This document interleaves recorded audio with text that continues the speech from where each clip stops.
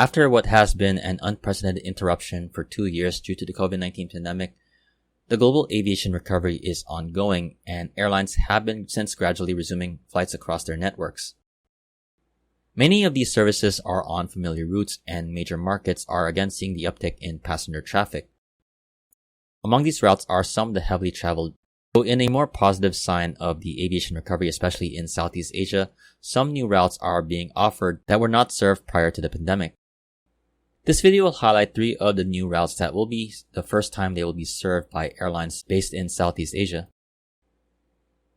The first of these new routes that will be introduced will be operated by Malaysia Airlines, which will be opening its second connection to the Tokyo area, serving Tokyo Haneda for the first time. Starting August 14th, the Malaysia-based airline will be offering twice weekly services from its Kuala Lumpur hub to Haneda using a 290-seat Airbus A330-300 aircraft.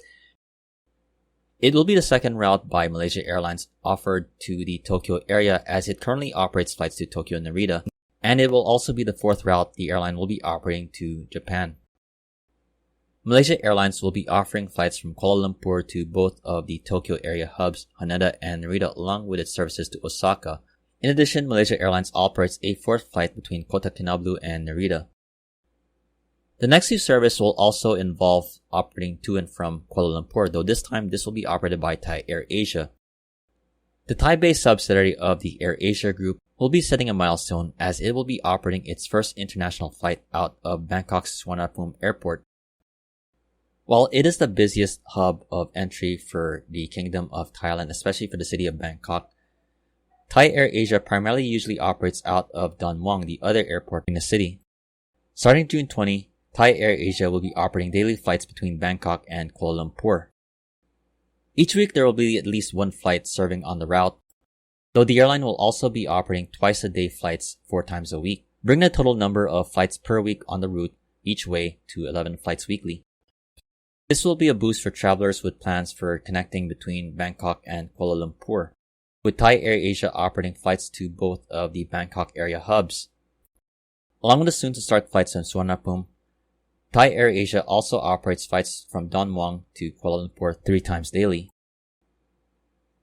The last route to be featured will be the first flight by the Singapore Airlines budget subsidiary Scoot to the island of Jeju in South Korea, which is a popular tourist destination, especially within domestically in South Korea, and it's often known as South Korea's Hawaii.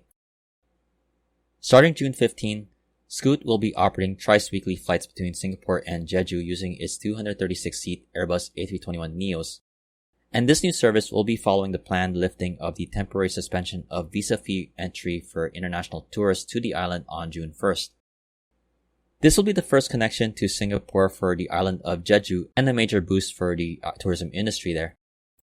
Long being a popular tourist destination domestically for South Koreans, Jeju has seen an increase in international flights from other countries such as China, Japan, Taiwan, and Malaysia, and now this will be the first connection to Singapore.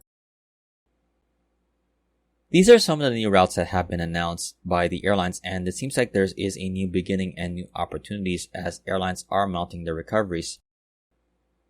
This is a positive step in the right direction for the aviation industry, especially those airlines in Southeast Asia, which have been hit hard heavily by the travel and border restrictions for 2 years now.